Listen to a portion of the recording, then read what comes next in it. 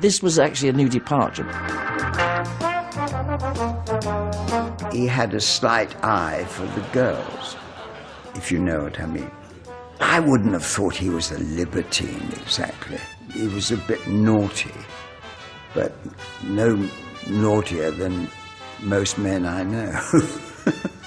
Here you've got someone who's a suave talker, who cheats on his wife all the time, who tries to have affairs with every woman going. It often gets him into bigger trouble. But what it was showing was someone that was actually quite comfortable with sex. We'll see what happens at the interview. How about tonight, 6 o'clock?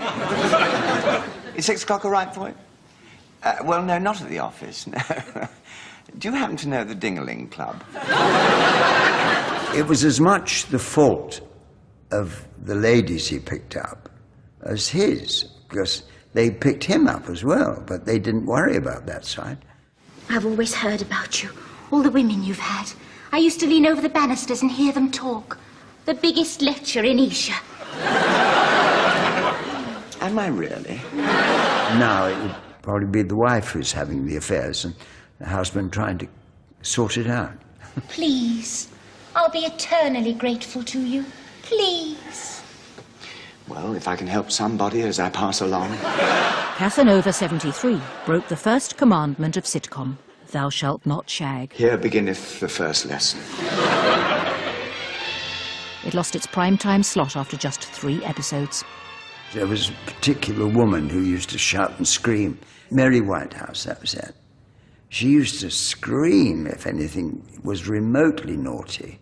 I think shows like Casanova 73 become controversial simply because people aren't used to that openness about sex. Television's taken a long time to get there. It was just the wrong time when they'd had rules that they no longer have now. Now, please, look, Tessa, I got the cramp. Ooh. I suppose we've all grown up or something, I don't know. But nowadays, there seems to be very little limit as to how far you can go. One for you and one for me. But for now, sitcom had learnt its lesson, retreating into the world of the double entendre where nothing was quite what it seemed. Looking sweet and all the while. If you liked innuendo, the 70s sitcom would give you one. Let me proffer you a little dinky-donks. Oh, no, really? Dinky-dinky-doo-dah-donks. Come along. Oh, all right then, if it will give you pleasure. Yeah, that's the general idea. Writing for Frankie Howard, you sort of had to write it the way that he wanted it, and I could only do it out loud, funnily enough, which could cause great embarrassments to my family. So I once went out and was doing it on the common outside my house, where 3 policemen came up to me because they thought I was a lunatic. Oh, to Ambrosia, I love to kiss her golden hair. She sets me writing ditties. Get ready, get ready. He had a very, very unique sense of humour that was, at its heart, suggestive. But most of all, I love to roam around her ample country estate. Pompeii was very formative for me because it was just very freewheeling, and although it was, I gathered, tightly scripted and incredibly controlled, in fact, but it looked like a bit of a cabaret in which cleavaged women bounced around and then bounced off again. Actually, it's become a matter of some urgency. Is it? Don't worry, dear, I shan't keep you long. But actually, I watched it again recently, and it is a beautifully controlled piece of writing. But sex is sort of very much at the heart of it, and even though, or perhaps because Frankie Howard, as we know now, was gay and quite sort of was the last person to be leching after these toga-clad women. Frankie Howard's whole act was sort of based on a fictional sexuality. What? He was almost the walking embodiment of the double entendre. And he just played it for all it was worth.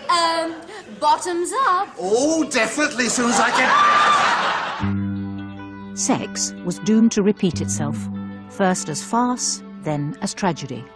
70s sitcom was one long winter of discontent for men and women, inside the canon and out.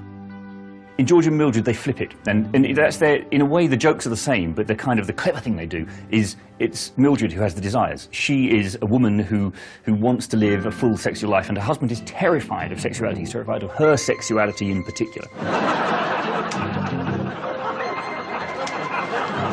Edith Joyce. Just wasn't the most beautiful woman in the world, but she was very attractive and very striking and very strong. She was always a very strong woman who always felt like she was in control. You'd have the very frequent bedroom scenes where they'd be switching the lights off to go to sleep, and Mildred's quite horny and George just wants to go to sleep. Thanks to the sexual revolution, we women were now free to be just as frustrated as the men. Hello, George. Oh, you're still awake? I'm afraid so, yes. Oh, God.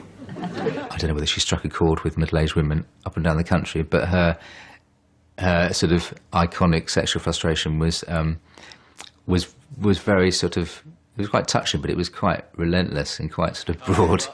They're not going to have a very comfortable night in this single bed. Well, they're not going to sleep here, George. No, they're sleeping in our bedroom. What for? Well, because I'm not having her sneering at this one. Well, where are we supposed to... Oh, no. Yes, George. No. I mean, we'll be squashed up against each other. Yes, George. The thought that they had to share a bed, and I think as he says in the scene, but we might touch each other, we might accidentally touch. It's kind of, the awkwardness, it just sort of sends shivers down my spine. But it's brilliantly done scene, and you know, the dynamic of their relationship, you know, is quite subversive. It is legal, George. I mean, we are married. Yeah, I know, but it's your nylon nightie, so it gives me electric shocks. I'll take it off. No. You can imagine a scene like that, if it was placed in a serious drama, being very tragic and being a very kind of serious revelation of a relationship which is in decline. I'll tell you what, the caravan. Yeah, I'll sleep in the caravan. I'll sneak out there after they've gone to bed. And I think this is one of the interesting things that sitcom can do, that it'll point out things which really actually are very tragic. But because those ideas are told in terms of comedy, for some reason, that seen as more comfortable to audiences, and we don't necessarily see the tragedy that runs through it. But we could see the history of the depiction of sex in the British sitcom as one which is highly tragic throughout. And yet we've been quite happy to laugh about that for the past 50 years. Do you mind if I just check your paintwork while I'm here, Miss Jones? I thought it might need another coat. It's had 5 already, Mr. Rigsby. I said no, Miss Jones, but it's groaning for it. Rising Damp's a lovely programme. I mean, it really, you can see that it was a play, but it's got this fantastic, cramped little world, which is straight out of Harold Pinter, of bed-sitting rooms and raggedy cardigans and unfulfilled desires. At least they don't have to draw diagrams for us, Rigsby. No one has to tell us where the erogenous zones are. The what? The erogenous zones, Rigsby. Oh. You don't know where they are. Oh, of course I do. Somewhere near the equator, aren't they? Rigsby wanted sex, really. He thought Miss Jones would give it to him. And she wanted it, but she didn't want it from him. She wanted it from Philip. And he didn't want to give it to her. Alan wanted it from everyone. So, you know, there you go. That's what was swilling around underneath it all. Look, you take the ear. That's an erogenous zone. You blow in Miss Jones's ear and you'll be staggered at the results. Now, you watch your tongue. Not a natural talk around here. This is a respectable house. I mean, Rigsby is really up there with the Mannerins and the Basil Fawltys. And I have to say, you know, the way Leonard Rossiter plays it is absolutely brilliant. Where do I go wrong, Mr. Rigsby? Perhaps I should be more permissive. No, you're an example to us all, Miss Jones. Someone to look up to. It was always radically unlikely that he was going to get off with Miss Jones. You see, Miss Jones, there's no... And he does it in such a terrible way, such an awkward way. In fact, the more sophisticated he tries to be, the more cack-handed he is. Is there a draft in here? But that was the joy of it. He was just such a failed little man, but also kind of a very British hero. Well, I'll be saying good night then, Miss Jones. Good night, Mr. Rigsby. Yes, right.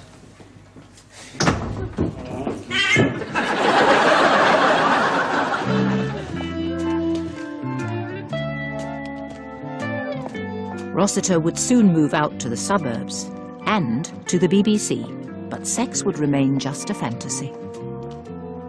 Oh, the thing about Reggie Perrin and sex is that because David Nobbs had written that show about a man having a midlife crisis, which really chimed with people, and also because the 1970s were Britain's midlife crisis, sex had to come into it. Writing the book, which came before the series, I really was taken by the character of Joan, and I thought everybody has their sort of relationship with the secretary, and Reggie, being a sort of archetypal boss having a crisis in a way, must go through that. And what's quite nice is that Leonard Rossiter wasn't having sex with Sally Tomsit, he was having sex, or trying to have sex, with basically Audrey Roberts from Coronation Street.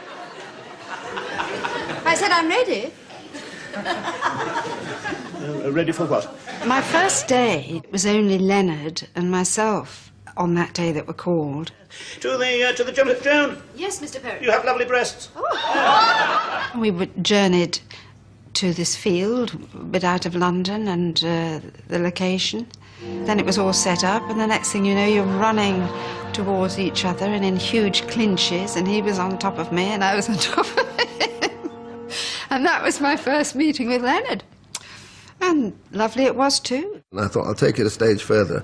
I'll actually get him to invite her home. What is this crisis all about, Mr. Perry? There is no crisis, Joan. I'm sorry, forget it, I'm sorry. I shouldn't have done it. I'm awfully sorry. No, I'm terribly sorry, I shouldn't have. I'm sorry. I remember leading him upstairs, leading Reggie upstairs. And he came rather like a lamb to the slaughter, if I remember the scene. His little shoulders went all hunched. It was like dragging a naughty schoolboy upstairs. Rossiter lusts. He lusts in Perrin. He lusts in... well, all his characters are lustful, and yet at the same time convinced that when things go wrong, they will desperately go wrong. So they have to disguise, have to hide things. He has to turn the Queen's portrait away because he disapproves of what he's doing. He dislikes his own lusts and his own desires. I think he gets very frightened by what he's done. I can't go through with this. Yes, you can. No, I can't. Yes, yeah. No, I'm sorry, I can't. And the reality of it is not like the fantasy. I think it's a fantasy that should have remained a fantasy, to him as well as to us. I mean, we see those famous fantasies when he's having sex on the desk and things, but I think that's how he likes it, really. And suddenly he realises, is this going to work in real life? He's terribly relieved to have an excuse. Oh, hello, damn, what a shame. Oh, just all lucky. Oh, damn. You don't have to answer it. No, but I bet I had it might be somebody. Reggie Perrin isn't that much about sex. What's funny is the idea that this middle-aged, buttoned-up man suddenly is overwhelmed with lust, and his lust is about as imaginary as his hippopotamus incarnate mother-in-law. It's all in his head. These are the 70s, aren't they, Percy? Yes. Yes, exactly. But there was one practice that was guaranteed to raise a laugh. Taboos are breaking down, certain practices once considered horrifying and now de rigueur in certain circles, aren't they? I had a moment in the first Reggie, when Reggie is trying to destroy himself by being absurd, when he pretends to be madly in love with one of his shop managers, who returns the love to Reggie's absolute horror. I'm free any night next week.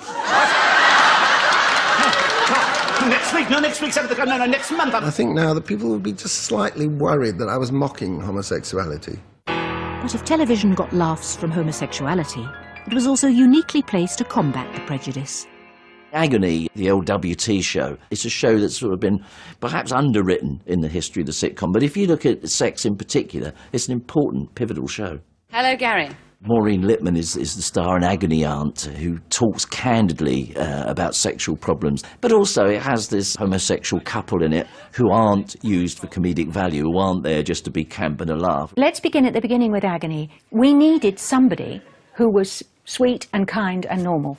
It became the two gay boys. How long has it been for you two? It's 3 years today since you introduced us. No, and you still happily unmarried? Made for each other. Well, the only reason we row is because we enjoy kissing and making up. The second thing that was interesting was the television company for which we worked had an extremely powerful homosexual group in its management. Jane, if there's anything you want. Anything at all. We didn't overdo it, I don't think, but we did try to suggest that you could only be frightened of something you couldn't understand, and these people were infinitely understandable, therefore you couldn't be frightened of them, you couldn't hate them. As we entered a new decade, sex was back, stalking the suburbs. Carla Lane's butter